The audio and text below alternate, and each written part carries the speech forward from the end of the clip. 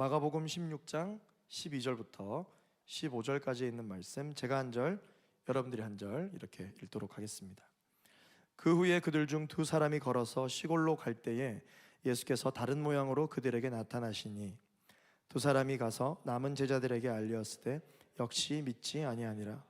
그 후에 11 제자가 음식 먹을 때에 예수께서 그들에게 나타나사 그들의 믿음 없는 것과 마음이 완악한 것을 꾸짖으시니 이는 자기가 살아난 것을 본 자들의 말을 믿지 아니함일러라. 또 이르시되 너희는 온 천하에 다니며 만민에게 복음을 전파하라. 아멘. 네, 오늘 저는 이 말씀을 통해서 부활이 나와 무슨 상관이 있는가 라고 하는 제목으로 하나님의 말씀을 나누도록 하겠습니다. 네, 제가 찬양 인도하느라 설교문을 네, 여기 있습니다. 깜짝 놀랐습니다. 제가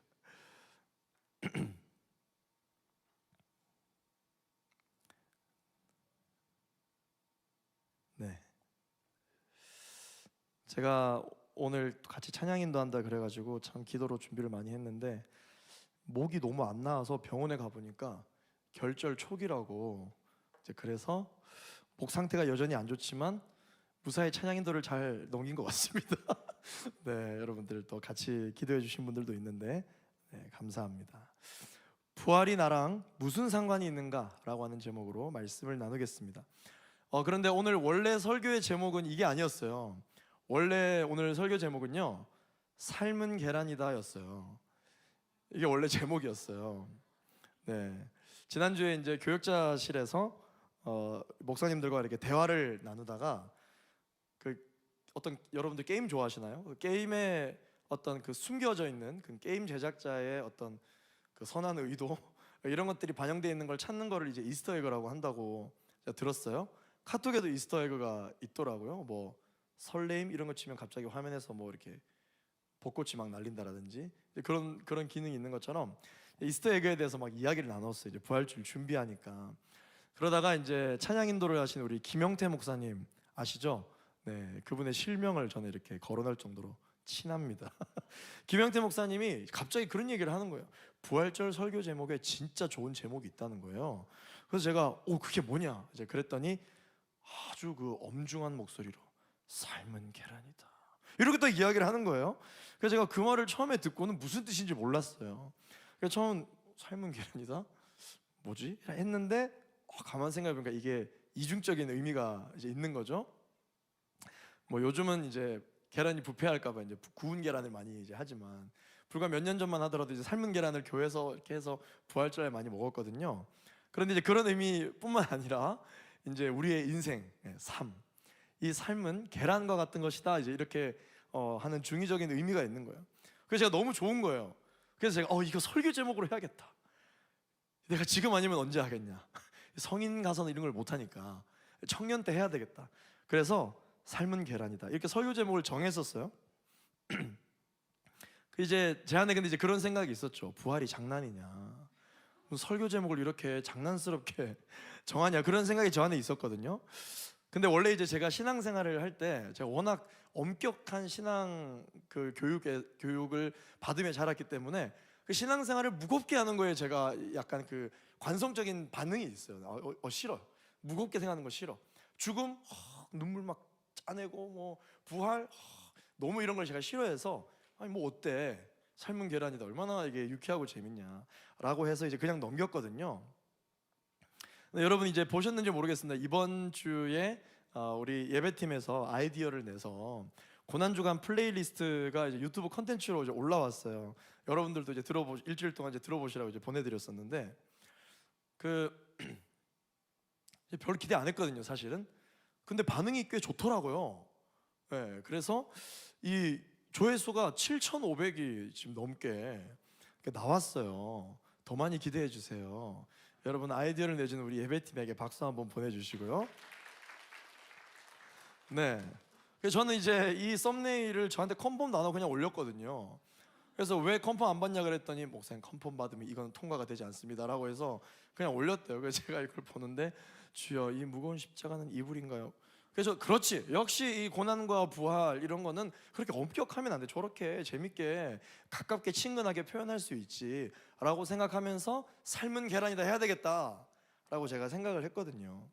그런데 이 썸네일을 보면서 제가 묵상을 하는데 제목이 이렇게 적혀 있는 거예요. 고난 주간에는 발걸음도 무겁게, 은혜는 가볍지 않으니까, 이렇게 돼 있는 거예요.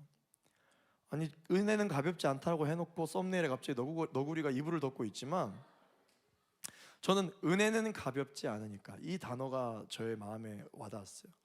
그래서 일주일 동안 이 고난 주간을 묵상하는데, 그렇지, 은혜는 가볍지 않지. 내가 신앙생활을 하고 있는 이 신앙은 절대 가벼울 수가 없지. 오히려 진리를 내가 더 쫓는 것보다는 내가 좋아하는 걸 쫓으려고 했을지 모르겠다 라는 생각을 하게 되면서 제목이 바뀌었습니다. 네. 그래서 이 부활에 대한, 그리고 부활이 있으려면 완전한 죽음이 있어야 되잖아요. 이 완전한 죽음과 이 부활에 대해서 일주일 동안 이렇게 묵상을 하는데, 내가 과연 이 부활이 믿기느냐, 실제 이 부활이 역사적 사실로 실제 일어난 일이라고 한다 할지라도 과연 나랑 무슨 상관이 있을까? 우리 청년들이 오늘을 살 때 이 부활 주일이 어떤 의미가 있느냐 생각이 됐습니다. 그래서 나는 부활을 믿는가? 그렇다면 예수님의 부활이 나랑 무슨 상관이 있는가? 이렇게 같이 나눠보게 됐습니다. 오늘 우리가 본문을 읽어보니까요, 두 사람이 시골로 걸어가다가 죽었다고 이야기를 들었던 예수님이 나타납니다. 그래서 만나게 돼요. 그런데 이 제자들이 처음에는 이 사람들이 처음에는 누군지를 몰라요. 나중에 알게 됩니다. 예수님이었다는 사실을. 그래서 남은 제자들에게 가서 예수님이 부활하셨다고 알립니다. 그런데 오늘 본문에 뭐라고 나와 있냐면, 제자들이 믿었다, 믿지 않았다? 믿지 않았다. 제자들이 믿지 않았다. 그리고 그 후에 예수님이 제자들 앞에 이제 직접 나타나셨습니다. 그리고 꾸짖으셨습니다. 뭐라고 꾸짖으셨느냐면, 믿음이 없음을 꾸짖으셨습니다. 그리고는 이제 다 믿도록 보여주셨으니 복음을 전해라. 너희들이 부활의 증인이 되라. 그렇게 말씀해 주신 게 오늘 본문입니다. 사랑하는 청년 여러분, 예수님이 부활하셨습니다. 아멘. 네. 그런데 여러분들은 이 부활 소식이 어떻게 들리는지 모르겠습니다. 내가 나름 신앙생활도 하고 교회를 다니기도 하고, 내가 진화론보다는 창조론을 더 믿고, 난 세례도 받았고 찬양도 은혜롭게 하고 매주 빼먹지 않고 예배를 드리는데, 부활은 어떻습니까? 여러분들은 부활을 어떻게 생각하고 있어요? 이 부활이 믿겨지십니까? 그 당시 우리는 들은 것만으로도 믿느냐 안 믿느냐 하고 있는데, 그 당시 실제 예수님이 부활하신 그 당시 시대의 사람들의 반응은 어땠느냐? 역시 믿지 않았어요. 그 말을 믿지 못했습니다. 오늘 우리가 사실 12절부터 읽었는데 바로 한 절 앞절인 11절 말씀을 우리 같이 한번 읽어보도록 하겠습니다. 시작. 그들은 예수께서 살아나셨다는 것과 마리아에게 보이셨다는 것을 듣고도 믿지 아니하니라. 예수님이 부활하신 것을 먼저 보여준 사람은 제자가 아닌 그냥 일반 여인이었어요. 막달라 마리아였습니다. 그리고 마리아는 예수님이 부활하셨다고 사람들에게 전하기 시작했습니다. 그러나 사람들은 믿지 않았죠. 제자들도 안 믿는데 그 일반 사람들은 믿었겠습니까? 당연히 안 믿었겠죠. 오늘 본문 12절을 읽어보겠습니다. 시작. 그 후에 그들 중 두 사람이 걸어서 나타나시니, 오늘 본문에 이제 시골로 걸어가는 이 두 사람이 나오는데, 이 두 사람은 다른 복음서와 대조해서 보면 엠마오로 걸어가고 있는 중이었던 두 제자예요. 제자에게 이제 나타난 거죠. 제자들 앞에 예수님이 나타나셨지만 이 두 제자는 처음에 보고도 예수님인 줄을 몰랐고, 그리고 나중에서야 알았습니다. 그리고 남은 제자들에게 이야기했는데 여전히 그들이 믿지 않더라. 13절 읽겠습니다. 시작. 두 사람이 가서 남은 제자들에게 알리었으되 역시 믿지 아니하니라. 제자들이 믿지 않았어요. 심지어 예수님에게 직접 가르침을 받았고 수많은 기적을 눈으로 직접 본 제자들임에도 불구하고 제자들은 믿지 않았습니다. 나는 어떤가? 나는 부활을 믿는가? 청년 여러분들은 이 부활이 믿어지십니까? 만약에 부활이 믿어지지 않는다면, 그리고 그 당시 시대 사람이던 현재 우리와 함께 살고 있는 이 사람들도 예수님의 부활만큼은 믿을 수 없다라고 이야기를 많이 하잖아요. 사람들은 왜 그렇게 예수님의 부활을 믿지 못하는 것일까요? 그 이유는 있을 수 없는 일이기 때문이에요. 이 세상에 일어난 적이 또 있다는 얘기를 들어본 적도 없습니다. 만약에 있다면 예수 그 사람 한 사람. 만약에 이 부활이 사실이라면, 부활이 일어날 수 있는 일이라면 왜 예수 한 사람에게만 부활이 해당됐을까? 사람이 어떻게 죽었다가 살아나냐?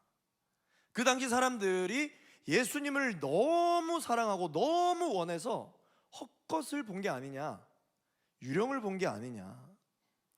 이 세상에 어떤 인간도 인간의 최대 난제, 죽음, 이 죽음이라는 것을 수많은 천재들이 다루어 봤지만 아무도 이거를 해결을 못했는데, 어떻게 평범한 몫으로 오신 예수라는 자가 이 문제를 해결했느냐? 이 어려운 문제를 풀었을 리가 없다. 그런 생각들이 있는 거죠. 도저히 부활이 믿어지지 않는 데에는 이제 세 가지 부활에 대한 이슈가 있거든요. 첫 번째, 이런 이슈가 있습니다. 이 부활절은 사실 제자들이 예수의 시체를 훔쳐서 그들이 살려고 지어낸 얘기가 아니냐, 이런 부활에 대한 이제 거짓 믿지 않는 사람들의 이슈가 있죠. 여러분들은 어떻게 생각하세요? 저는 이 이슈에 아주 설득이 됐던 사람 중에 한 사람이거든요. 그럴 수 있겠다 생각했어요. 왜냐하면 그렇게 된다면요, 충분히 가능할 수 있을 거라는 생각이 들었던 거죠. 제자들이 자신의 모든 생업과 가족을 다 포기하고 예수님을 따랐잖아요. 그 예수님에 대해 거는 기대가 얼마나 컸냐는 말이죠.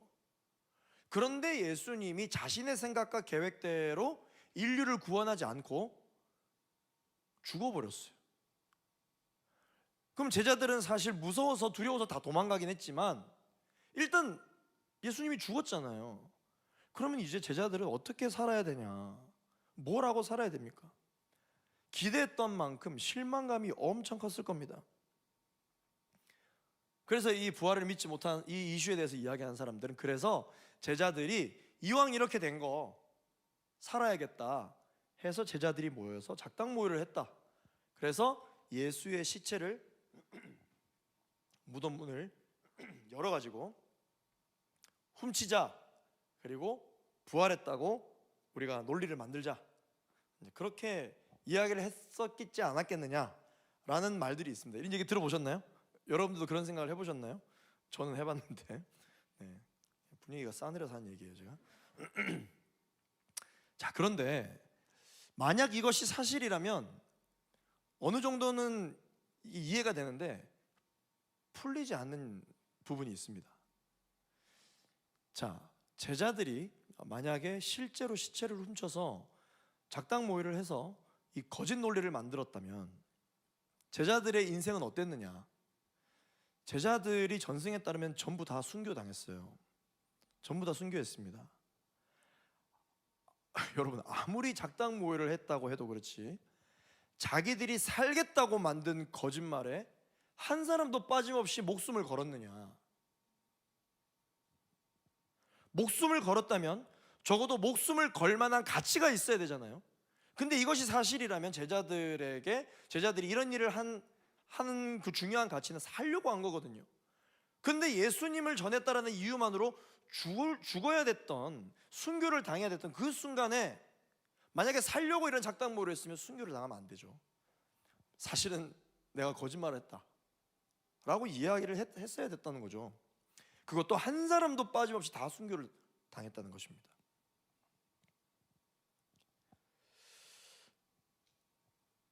자신이 만든 거짓말을 숨기기 위해서 순교했다? 그건 좀 잘 이해가 안 되는 것 같아요. 근데 만약에 여러분 그게 사실이라면, 실제 제자들이 작당 모의를 했다면 제자들이 원래 그만한 의지가 강력한 사람입니까? 목숨을 걸 정도로 본인의 계획을 실현시킬 수 있을 만한 의지가 있던 사람이었냐는 거죠. 이 제자들은 평범한 사람입니다. 심지어 제자들은 겁쟁이였어요. 두려워하는 사람이었어요. 예수님이 잡혔을 때 한 사람도 빠짐없이 다 도망갔단 말이죠. 엄청난 의지를 갖고 도망간 사람들이에요.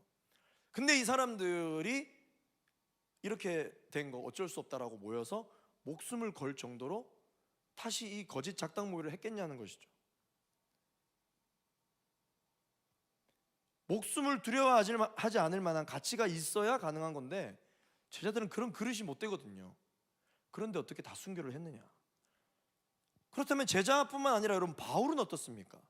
사도 바울은요, 여러분 이런 제자들과는 사실 급이 좀 다릅니다. 당대 최고의 지식인이었을 뿐만 아니라 바울이 가는 곳마다 사람들이 다 따라다닐 정도로 핵인싸였어요. 바울의 한마디면은 모든 크리스천들이 구금될 정도로 힘이 있는 사람이었습니다. 영향력 있는 사람이었어요. 그런데 이런 바울이 하루아침에 자신이 일평생 율법을 지키기 위해서 몸담았던 이 일을 뒤로하고 크리스천을 박해하는 일을 관두고 예수 부활을 이용해서 내가 성공해봐야겠다, 그런 생각이 들어가지고 갑자기 감옥에 갇히는 한이 있더라도 예수가 부활했다라는 거짓말을 과연 했냐는 거죠. 바울은 바보가 아닌데, 바울은 엄청 똑똑한 사람인데 그 바울이 뭐가 아쉬워서 순교를 했냐는 것이죠. 두 번째, 부활을 믿지 않는 사람들의 두 번째 이슈는 무엇이냐면요, 사실 예수님이 안 죽었다. 사실 예수님이 안 죽었고 3일 만에 정신이 들어가지고 나온 거다, 그렇게 이야기하는 사람들이 있습니다. 기적적으로 호흡이 돌아왔고 정신 차려보니까 무덤이 이미 준비되어 있어가지고 그걸 안 제자들이 끄집어내준 것이다, 이렇게 이야기를 한 사람이 있습니다. 제가 이 이야기를 들었을 때 또 솔깃했어요. 그래서 오, 괜찮은데? 그만큼 부활은 말이 안 되기 때문에 이런 이야기들마저도 솔깃했던 것이죠. 실제 그런 일들이 있잖아요. 사망 판정을 내려야 되는데 갑자기 굉장히 미스테리하게 기적적으로 호흡이 돌아왔다. 드라마에서도 보면은 눈물 한 마리 딱 손등에 딱 떨어지면 갑자기 띠띠띠띠 이러면서 호흡이 돌아오기도 하고 그러잖아요. 암덩어리가 갑자기 하루아침에 없어졌다, 뭐 이런 얘기 듣고, 또 미스테리 이런 프로그램 같은 데 보면은 있을 수 없는 일이 일어나는 경우가 종종 있으니까 안 죽었을 수도 있다라는 생각을 할 수가 있는 겁니다. 그런데 만일 예수님이 진짜 안 죽었다면, 기적적으로 살아났다 할지라도 오늘 본문 말씀을 보세요. 3일 만에 어떻게 예수님이 이렇게 다 돌아다니실 수가 있어요? 여기 나타나고 저기 나타나고, 제자들이 혹시나 협박을 당할까 봐 자기들끼리 모여가지고 문 꼭 걸어 잠그고 어떻게 하냐 하고 있는데 문을 통과해서 들어오셨어요. 분명히 우리는 손과 발에 못이 박히고 죽었는지 확인하려고 로마 병정이 찌른 창에 옆구리가 찔린 것까지 알고 있어요. 그런데 기적적으로 숨이 돌아왔다 할지라도 어떻게 3일 만에 이렇게 돌아다니냐고요. 실제 호흡이 돌아왔다면 최소한 6개월은 입원을 해야 돼요. 아니면 입원을 한다 하더라도 그게 잘 돌아다닐 수 있을까요? 거의 그냥 불구가 돼야 되는 상태, 채찍 맞고 살점 다 떨어져 나가고 거의 장애를 가지고 살아야 되는 상황이라는 것이죠. 세 번째, 부활을 믿지 못하는 사람들의 이슈는 무엇이냐면, 성경에 부활의 증거들이 기록이 되어 있는데 마태, 마가, 누가, 요한복음 이 사복음서에 부활에 대한 기록이 다 다르다. 마태가 쓴 기록이 다르고 마가가 쓴 기록이 다르고 다 다르다. 이거는 거짓말인 거 아니냐. 만약에 이게 사실이라면 다 똑같은 말을 해야지 왜 이렇게 기록이 다르냐, 이렇게 이야기를 사람들이 합니다. 근데 여러분, 이건 사실일까요? 사실입니다. 실제 부활의 증언이 다 달라요. 이해를 돕기 위해 제가 차례차례 점진적으로 이야기를 드리면, 요한복음을 보면은 무덤에 찾아간 사람이 막달라 마리아 한 사람이라고 이야기합니다. 그리고 흰 옷을 입은 두 천사를 만났다, 이렇게 기록을 하고 있어요. 근데 마태복음을 보면은 무덤에 찾아간 사람이 막달라 마리아와 다른 마리아라고 되어 있습니다. 두 사람이 찾아갔어요. 마리아라는 이름을 가진 두 사람이 찾아갔고, 그리고 한 천사가 있었다 기록을 합니다. 그 다음 세 번째, 마가복음에는요, 막달라 마리아와 야고보의 어머니 마리아가 있었다 이야기를 합니다. 그러면 마태복음의 다른 마리아는 이 야고보의 어머니 마리아구나라는 걸 알 수 있죠. 근데 한 명 더 나와요. 살로메라는 사람이 한 명 더 나옵니다. 그럼 지금 몇 명이에요? 3명이잖아요. 근데 심지어 이 3명이 무덤을 찾아갔는데 흰 옷 입은 한 청년이 있었다라고 또 돼 있어요. 아니 이 사실이라면 어떻게 이렇게 기록이 다를 수가 있느냐?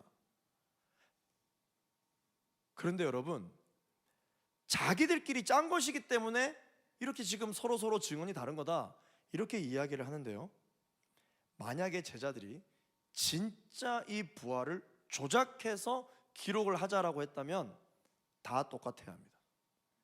토시 하나 안 틀리고 다 똑같아야 돼요. 그 정도 해야 목숨을 걸 만한 거짓말 아닙니까? 그런데 이것이 다 다르지만 마태, 마가, 누가, 요한복음을 통해서 퍼즐 한 조각씩 모아서 마치 전체 스토리, 큰 그림이 구성된다라는 것은 차이가 있음에도 불구하고 이것은 체험이기 때문에 차이를 그대로 기록한 것이죠. 그렇기 때문에 오히려 이것은 더 부활이 사실임을 증거해 주는 것입니다. 그렇다면 우리는 부활을 어떻게 믿을 수 있느냐? 첫 번째는 예수님이 직접 나는 부활하겠다라고 미리 말씀을 하셨어요. 마가복음 8장 31절 말씀 우리 같이 한번 읽어보도록 하겠습니다. 시작. 인자가 많은 고난을 받고 장로들과 대제사장들과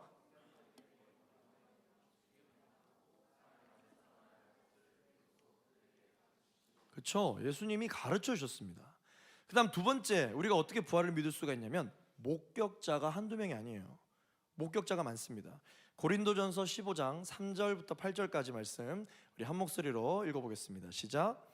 내가 받은 것을 먼저 너희에게 전하였노니 이는 성경대로 그리스도께서 우리 죄를 위하여 죽으시고 장사 지낸 바 되셨다가 성경대로 사흘 만에 다시 살아나사 게바에게 보이시고 후에 12 제자에게와 그 후에 500여 형제에게 일시에 보이셨나니 그 중에 지금까지 대다수는 살아있고 어떤 사람은 잠들었으며 그 후에 야고보에게 보이셨으며 그 후에 모든 사도에게와 맨 나중에 만삭되지 못하여 난 자 같은 내게도 보이셨느니라. 믿지 않았던, 심지어 크리스찬을 핍박하고 받게 했던 사도 바울에게까지도 예수님은 보이셨다.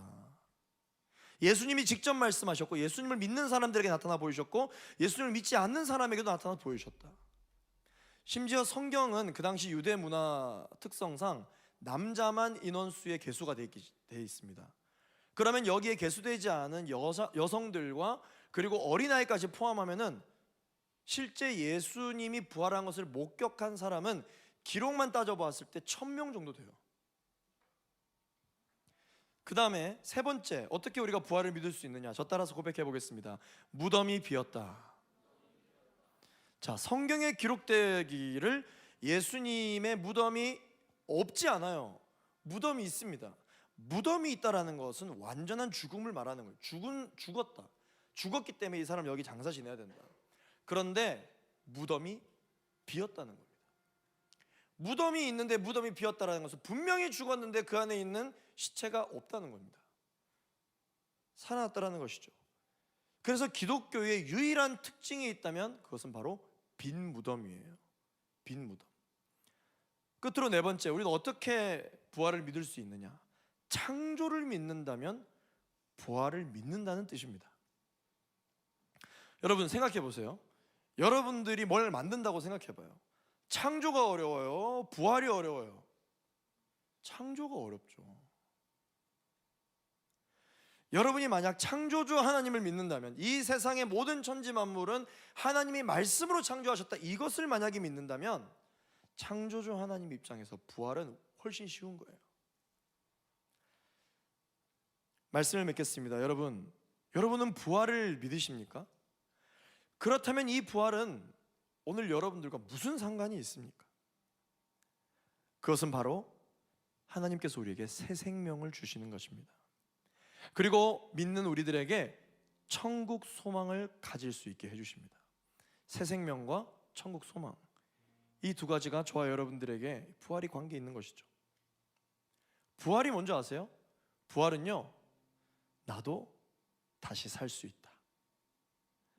나도 다시 일어날 수 있다. 나도 다시 회복할 수 있다. 다시 살아나는 거, 다시 일어나는 거, 이게 부활이에요. 예수님은 죽음이라고 하는 가장 어려운, 풀 수 없는 문제를 해결하셨거든요. 그렇기 때문에 믿는 사람들이 예수 그리스도의 이름으로 기도하면 인생에 풀지 못하는 문제는 없는 것입니다. 하나님의 청년들이여 다시 일어날지어다, 회복할지어다. 여러분의 예배가 예수 그리스도 이름으로 회복되기를 소망합니다. 예수의 죽음이 바로 나의 죽음입니다. 왜냐? 내가 죽어야 할 죽음이거든요. 근데 예수님이 대신 죽어주셨어요. 예수님의 부활이 바로 나의 부활입니다. 이전 것은 지나갔으니 보라 새 것이 되었도다. 예수 그리스도 이름으로 기도할 때 우리의 지나간 모든 것들, 그것이 새롭게 될 것이라고 말씀해 주십니다. 예수님이 주시는 이 생명은요, 영원히 목마르지 않는 새 생명입니다. 그와 함께 더불어 먹고 마실 때 우리의 모든 인생은 새로운 순간을 맞이하게 될 것이라고 주님 늘 약속해 주십니다. 마치 자신을 둘러싸고 있는 이 껍질을 깨고 나와서 새 인생을 살게 되는 병아리처럼 우리의 인생을 둘러싸고 있는 수많은 문제들과 한계와 어둠들이 있잖아요. 심지어 인간이 해결할 수 없는 죽음 권세까지, 이걸 예수 그리스도 이름으로 우리가 깰 때 우리에게 새 생명이 주어지는 것입니다. 이것이 바로 부활입니다. 끝으로 우리는 천국 소망을 가질 수 있습니다. 사랑하는 청년 여러분, 하나님이 끝났다고 말하기 전까지는 끝난 게 아닙니다. 세상에서 사망 판정을 하고 세상에서 끝났다, 마이크가 죽었다, 하나 둘, 오, 살았다. 오, 감사합니다. 네, 놀랍네요. 세상이 끝났다 하더라도, 세상의 모든 것이 멈췄고 넌 이제 더 이상 소망이 없다 라고 이야기한다 할지라도, 우리를 창조하신 하나님께서 끝났다고 이야기하지 않는다면 끝난 것이 아닌 줄로 믿습니다. 하나님이 우리에게 이렇게 말씀해 주셨어요. 영원히 살리라. 하나님이 우리에게 영원히 살리라 말씀해 주셨어요. 내 평생의 여호와의 선하심과 인자하심이 반드시 나를 따르리니 내가 여호와의 집에 영원히 거하리로다. 창조하신 그분이 저와 여러분에게 부활을 약속해 주셨습니다. 그렇기 때문에 지금 우리가 살아가고 숨쉬고 있는 이 시간이, 모든 만남이, 고통이, 슬픔이, 실수가, 낙담이, 절망이 끝났다는 것처럼 이야기가 된다 할지라도, 하나님께서 끝났다고 이야기하시지 않으시면 그건 끝난 게 아니에요. 그것은 영원히 새롭게 시작하게 하시는 하나님의 놀라운 계획이요 섭리인 줄로 믿습니다. 우리에게는 천국 소망이 있어요. 이 천국 소망 때문에 우리가 살아가면서 겪게 될 모든 문제들에 대한 인내를 가질 수가 있는 것이죠. 오래 참음의 열매가 부활을 믿는 사람들에게 있는 것입니다. 그래서 부활에 확신이 있는 자들은 넘어지지 않는 것입니다. 할렐루야. 여러분, 부활이 없다면 어떨 것 같아요? 만약에 부활이 거짓이에요. 부활은 실제로 성도들을 모으기 위해 기독교가 만들어낸 조작된 이야기예요. 만약 부활이 없다면 어떻겠습니까? 저와 여러분은 거짓말쟁이가 됩니다.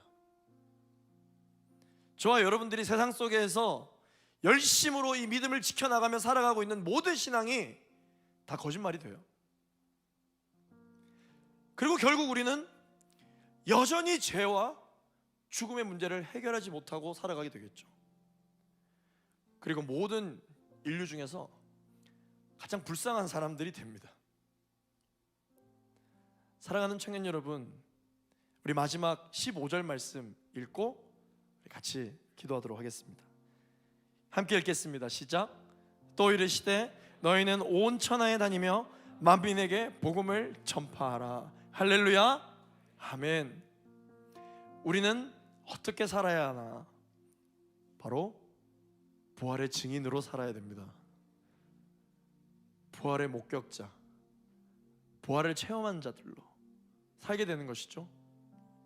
제자들이 거짓말로 조작한 게 아니라 그들이 예수님을 직접 만나자 이전에 본인들이 실패했던, 이전에 본인들이 예수님을 부인하고 떠났던 이 모든 순간들이 언제 그들에게 있었냐라고 싶을 정도로 새 생명, 새 사람이 돼서 이제는 더 이상 두려워하지 않고, 이제는 더 이상 무서워서 도망가지 않고, 예수 그리스도, 오직 예수 그분 때문에 목숨도 두려워하지 않고 초연한 자가 됐다고요. 저와 여러분들이 오늘 이 부활주일을 맞이해서 나를 위해 죽으시고 나를 위해 다시 살아나신 그 부활, 그 부활의 증인의 삶을 살아가시게 되는 여러분 되시기를 예수 그리스도 이름으로 축원합니다. 함께 이 시간 우리 말씀을 기억하며 기도하겠습니다. 나 같은 죄인 살리신 주님의 은혜 놀라워. 잃었던 생명 찾았고 광명을 얻었네. 주찬양, 주찬양, 내 마음 다해. 주찬양, 주찬양, 내 생명 다해. 하나님, 이것이 우리의 고백입니다. 십자가를 대하는 우리의 고백입니다. 부활을 대하는 우리의 고백입니다. 그러나 주님, 저도 연약한 인간이기에 어떻게 부활이 있을 수 있냐고, 어떻게 일어날 수 없는 일이 일어났냐고, 신앙생활을 하고는 있지만 부활에 대한 정확한 믿음이 없었기에 그 확신이 부족해서 또 우리는 넘어집니다. 그러나 하나님, 우리는 부활을 믿습니다. 이해가 되진 않지만 하나님께서 이 세상 천지만물을 창조하셨기 때문에 부활도 주님 우리는 믿습니다. 하나님, 세상에서 우리를 향하여 끝났다 할지라도 하나님이 우리를 향하여 영원히 살자고 말씀하셨사오니 우리가 그 영원한 천국 소망을 가지고 이 세상을 살아내게 하여 주시옵소서. 나의 영혼아 다시 회복할지어다. 나의 영혼아 다시 일어날지어다. 나의 영혼아 다시 살아날지어다.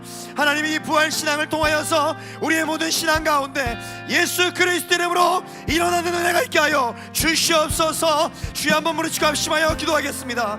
주여.